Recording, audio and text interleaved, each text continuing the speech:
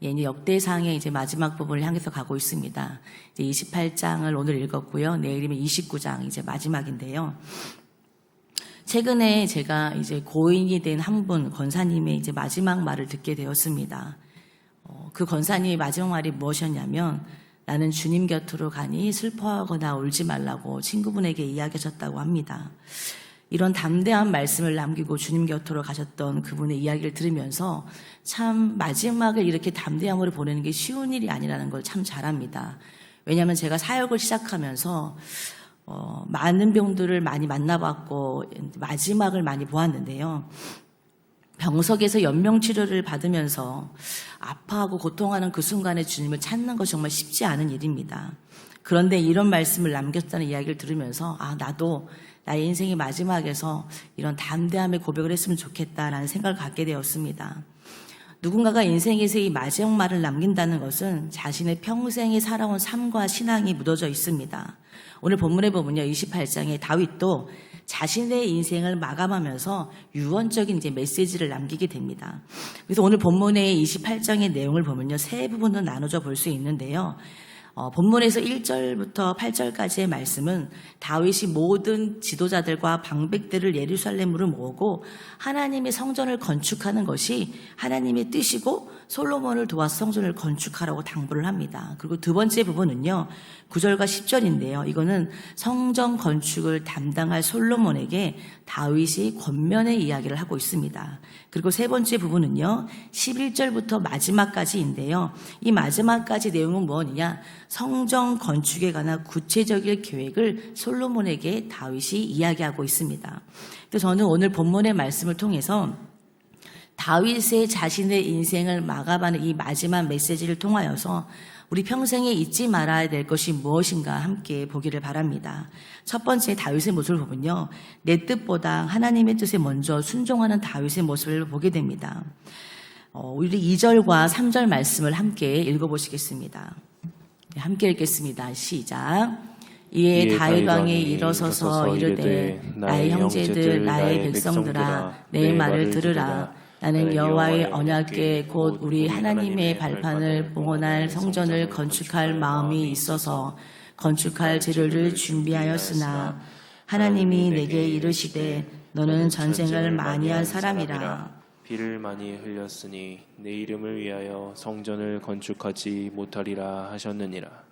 여기 본문의 말씀 보면요, 2절에 다윗이 나는 성전을 건축할 마음이 있다라고 이야기를 하면서 성전을 건축하고 싶다라고 이야기합니다. 그런데 하나님이 보시기에 또 내가 생각하기에 성전을 건축하는 것이 좋은 것이라고 여겼는데 3절에 보면 하나님께서 이 성전 건축하는 허락하지 않으십니다. 그 이유가 무엇이냐면 3절에 너가 피를 많이 흘렸기 때문에 성전을 건축하지 못하리라고 말씀을 합니다.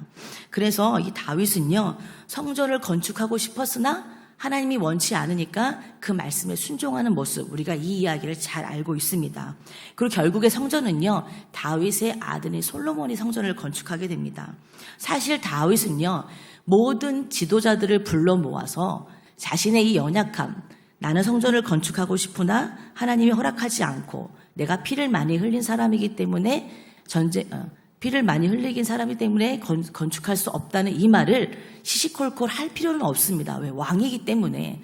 그냥 백성들을 모아놓고 왕이기 때문에 하나님께 성전을 건축하길 원하시니까 함께 짓자 이렇게 얘기하면 되는데요. 다윗은 그렇지 않았습니다. 하나님의 뜻을 가감없이 부끄러운 모습일지라도 이야기하는 모습을 보게 됩니다. 사실 많은 사람들 앞에서 자신의 그 백성들 앞에서 자신의 잘못을 인정하면서 그 이야기를 하는 것은 쉬운 일이 아닙니다. 그런데 다윗이 이러한 얘기를 이야기했다는 것은 뭐냐? 자신의 뜻보다 하나님의 뜻이 먼저로 생각하는 사람이었기 때문에 하나님의 뜻에 순종하기 위해서 이러한 연약한 모습을 인정하며 나아가는 모습을 보게 됩니다. 성전 건축을 위해 하나님의 정확한 뜻을 위해서 자신의 부끄러움을 백성들 앞에 이야기하고 전달한 것입니다. 근데 우리는요, 신앙생활 하다 보면요, 이런 사소한 것, 나의 잘못, 나의 부끄러움들을 인정하기 쉽지 않은 모습을 보게 됩니다. 저도 한창 대학교 때 신학대학교를 다니면서 기도하면서 많이 훈련을 받았었는데요. 그때 어떤 일이 있었냐면요, 제가 친구한테 이제 볼펜을 빌려 썼어요. 볼펜을 쓰다가 고장이 난 거예요. 그럼 이제 친구한테 가서 사실은 이제 고장 났으니까 미안해 이렇게 해야 되는데 별거 아니라고 생각하고 친구 필통에 이제 몰래 넣어두었어요. 그런데 계속 마음이 불편한 거예요.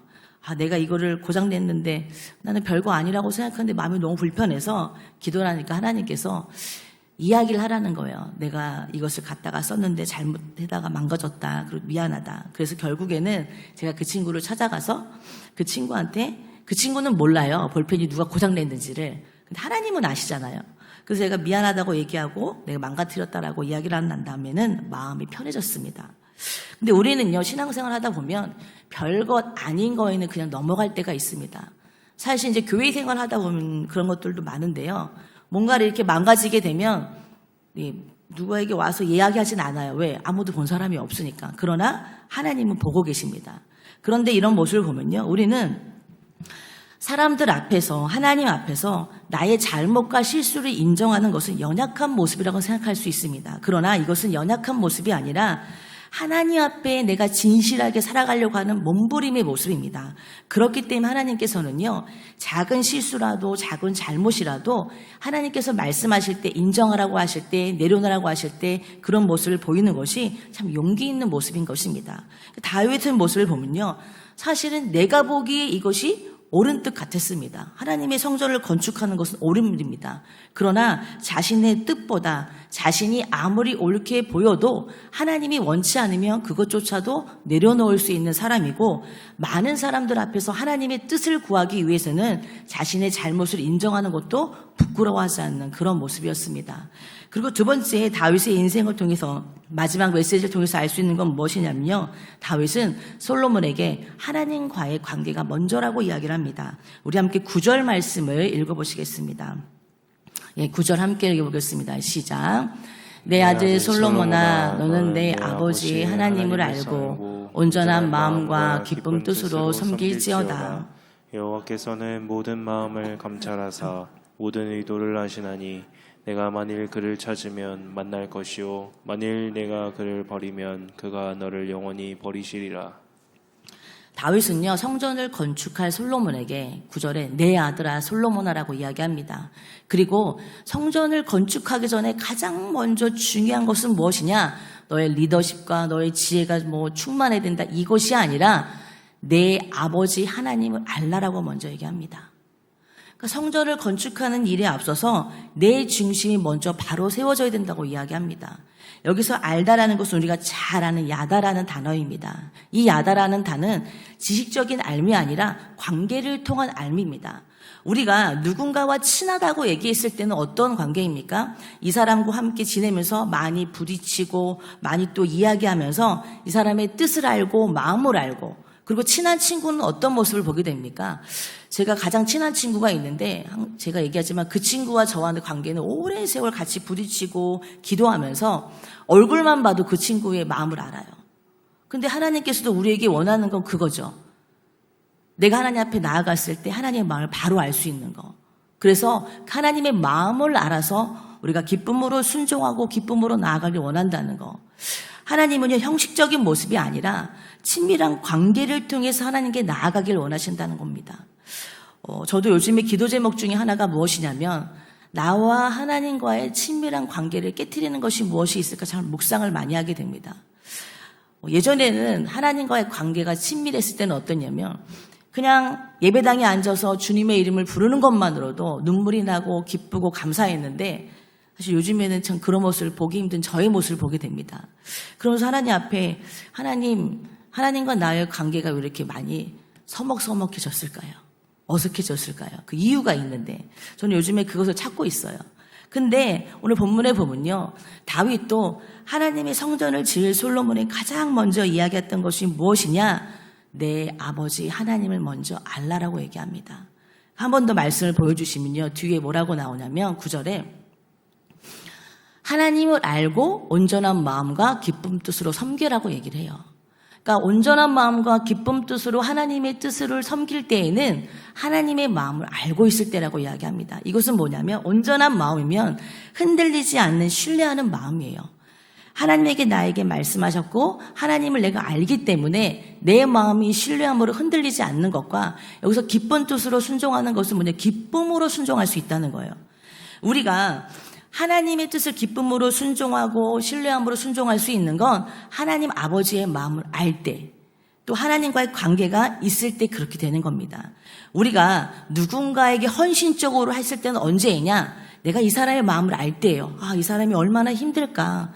이 사람이 얼마나 마음이 아플까? 이 사람 정말 이럴 때 내가 이렇게 도와주면 될 텐데. 그 사람의 마음을 알 때 우리가 정말 마음을 다해서 그 사람을 섬길 수 있고 그 사람을 위해서 기도할 수 있습니다. 하나님께서도요, 이 솔로몬에게 말씀하시는 건 무엇이냐? 네가 먼저 나의 마음을 알고 그 마음을 알기 때문에 왜 내가 성전을 짓게 하는지, 이 성전 지음을 통해서 무엇을 원하시는지 그것을 알고 기쁨으로 순종하며 섬길 것을 말씀하고 있습니다. 그래서요, 이 인생의 마지막에서 다윗이 솔로몬에게 말하고 싶었던 건 무엇이냐? 하나님을 진정으로 섬기기 위해서는 하나님과의 깊은 관계가 유지되어야 된다는 것입니다. 그리고 다른 무엇보다 중요한 것은 하나님과의 친밀한 관계가 내 안에 있어야 된다라고 말씀을 하고 있습니다. 그리고 마지막으로 다윗의 유언을 통해 알 수 있는 메시지는 무엇이냐? 이 성전 공사는요, 혼자 짓는 것이 아니라 함께 지어져 가는 거라고 말씀을 하고 있는데요. 우리 20절과 21절 말씀을 함께 읽어보겠습니다. 함께 읽겠습니다. 시작. 또 그의 아들 솔로몬에게 이르되 너는 강하고 담대하게 이 일을 행하라. 두려워하지 말며 놀라지 말라. 내가 여호와의 성전 공사의 모든 일을 마치기까지 여호와 하나님 나의 하나님이 너와 함께 계시사 내게서 떠나지 아니하시고 너를 버리지 아니하시리라. 제사장과 레위 사람의 반이 있으니 하나님의 성전의 모든 공사를 도울 것이요 또 모든 공사에 유능한 기술자가 기쁜 마음으로 너와 함께 할 것이요 또 모든 지휘관과 백성이 온전히 내 명령 아래에 있으리라. 솔로몬이 이제 성전 공사를 시작하기 전에 하나님과 친밀한 관계를 유지하라고 하시고, 이제는 다윗을 통해서 뭐냐? 네가 혼자가 아니다. 왜? 강하고 담대해. 왜? 하나님이 너를 도와주실 거라고 말씀을 합니다. 그리고 나서 뭐라면 21절에 보면 하나님이 너를 도와주시고 너를 떠나지 않겠다라고 얘기하시면서 또 21절에는 레위 사람도 있고 성전의 모든 공사를 도와줄 사람이 있다는 겁니다. 유능한 기술자도 있고 너는 혼자가 아니고 너 혼자 성전을 건축하는 것이 아니라고 이야기를 합니다. 하나님의 성전을 건축하는 것은 솔로몬 혼자 리더십이 있어서 건축하는 것이 아니라 함께하는 사람들과 함께 지어져 가는 것이라고 다윗은 이야기하게 됩니다. 우리는요, 우리가 감당하기 어려운 시험을 만날 때는 우리는 자꾸 혼자라고 느끼게 됩니다. 나 혼자 이것을 감당해야지. 나 주변에는 아무도 없어라고 생각하는데 하나님은 결코 그렇게 말씀하지 아니하시고 네가 감당할 수 없는 그 일을 당할 때에는 너의 곁에 내가 있고 너를 도와줄 지체들이 있다라고 말씀을 하고 있습니다. 저도 대학교 때 어떤 일이 있었냐면요. 함께 선교여행을 30명의 지체들과 함께 가게 되었습니다. 그런데 그 지체들과 함께 선교여행을 다니면서 제가 너무나 눌려서 기도도 못하고 그냥 선교여행 자체를 못하고 있었어요. 그래서 연길에서 이제 북경으로 가는 기차를 타고 있었는데 이제 3층 기차에서 맨 꼭대기에 있었어요. 근데 그때도 릴레이 기도 시간이라 이제 기도를 하고 있었는데 기도를 하면서 계속 졸았죠. 근데 그 옆에 누가 있었냐면 제 동생이 있었어요. 근데 제가 너무나 눌려서 기도도 못하고 좋으니까 제 동생이 리더한테 가서 우리 언니 좀 어떻게 해주세요. 너무 심합니다. 이렇게 얘기를 한 거예요. 그 사건은 제가 나중에 알게 되었지만, 그런데 제가 3층에서 기도를 하고 있는데 갑자기 하나님께서 밑을 이제 보라는 마음을 주셔서 밑을 봤더니 지체들이 모여서 저를 위해서 간절히 울면서 기도를 하는 모습을 보게 되었습니다. 그 모습을 보는 순간 제 마음의 어떤 그 답답함들과 영적인 눌림들이 이렇게 사라져지면서 깊은 기도를 할 수 있게 되었고, 그 이후에 제가 북경에 가서 하나님과 정말 친밀한 교제를 나누는 큰 은혜를 누리게 되었습니다. 근데 사실 제가 시험에 들었고 영적인 눌림이 있었던 이유가 뭐였냐면요, 함께 있는 지체들 때문이었어요. 제가 리더였는데 지체들이 제 말을 안 듣는 거예요. 그 순간 제가 시험이 들고 기도도 못하게 되고 결국 제 영적인 눌림으로 인하여서 답답한 모습을 보게 되었는데, 결국에 저의 영적인 이 눌림을 해결할 수 있는 것은 함께 있었던 지체들이었습니다. 그들이 저를 위해서 기도함을 통해서 제가 영적인 눌림에서 자유케 되고 영적으로 더 깊게 하나님을 만나는 그런 기회를 갖게 되었습니다. 우리가 신앙생활 하면서 혼자라고 느낄 때가 있습니다. 나를 도와줄 사람이 없다라고. 그러나 하나님께서는요, 네가 혼자라고 얘기하지 아니하시고 네 곁에는 너를 도와줄 사람이 있다라고 말씀을 하고 있습니다. 우리가 많은 어려운 기도 제목이 있습니다. 누구에게 말할 수 없는. 그러나 그것을 혼자만 갖고 있는 것이 아니라 함께 나누며 기도할 때 하나님께서는 우리의 기도를 들어주시고 응답하여 주십니다. 말씀을 마치겠습니다. 우리 함께 전도서 4장 9절과 10절을 함께 읽어보시고 말씀을 마치겠는데요. 우리 함께 세번역 성경을 읽어보겠습니다. 시작. 혼자보다는 둘이 더 낫다. 두 사람이 함께 일할 때 더 좋은 결과를 얻을 수 있기 때문이다. 그 가운데 하나가 넘어지면 다른 한 사람이 자기의 동물을 일으켜 줄 수 있다. 그러나 혼자 가다가 넘어지면 딱하게도 일으켜 줄 사람이 없다. 예, 우리는 혼자가 아니라고 말씀하시고 하나님의 성전을 세워갈 때도 함께하는 동역자가 필요하다라고 말씀을 하고 있습니다. 사실 이제 어제 저희가 리더들이 모여서 함께 기도원에 가서 산기도를 했는데요. 기도를 할 때 몇몇 분들이 요즘 기도가 잘 안 된다고 하셨지만 함께 기도하고 나니까 기도하는 시간이 짧다라고 말씀하셨습니다. 그 모습을 보면서 함께 기도할 때 하나님이 역사하시는구나. 힘들지만 함께 모여서 하나님을 구할 때 하나님 말씀해 주시고 또 내 영적인 것들을 회복하는 모습을 보게 되었습니다. 말씀을 마치겠습니다. 다윗의 마지막 메시지, 인생의 마지막을 보내면서 그에게 전하고 싶었던 건 무엇이냐? 내가 인생을 살아가면서 내 뜻보다 더 중요한 것이 하나님의 뜻이다라고 말씀을 하고 있습니다. 그리고 두 번째는요, 신앙에서 우리가 잃어버리지 말아야 될 마음은 하나님과의 관계를 잃어버리지 말아야 된다는 것입니다. 친밀한 관계, 그 관계가 없이는 신앙생활 할 수 없다라고 말씀을 하고, 마지막은 우리는 함께 할 때 승리할 수 있다라고 말씀합니다. 말씀을 마치겠습니다. 오늘 하루를 살아가면서 하나님과 깊은 관계 가운데 승리하는 오늘 하루가 되시기를 주님의 이름으로 소망합니다.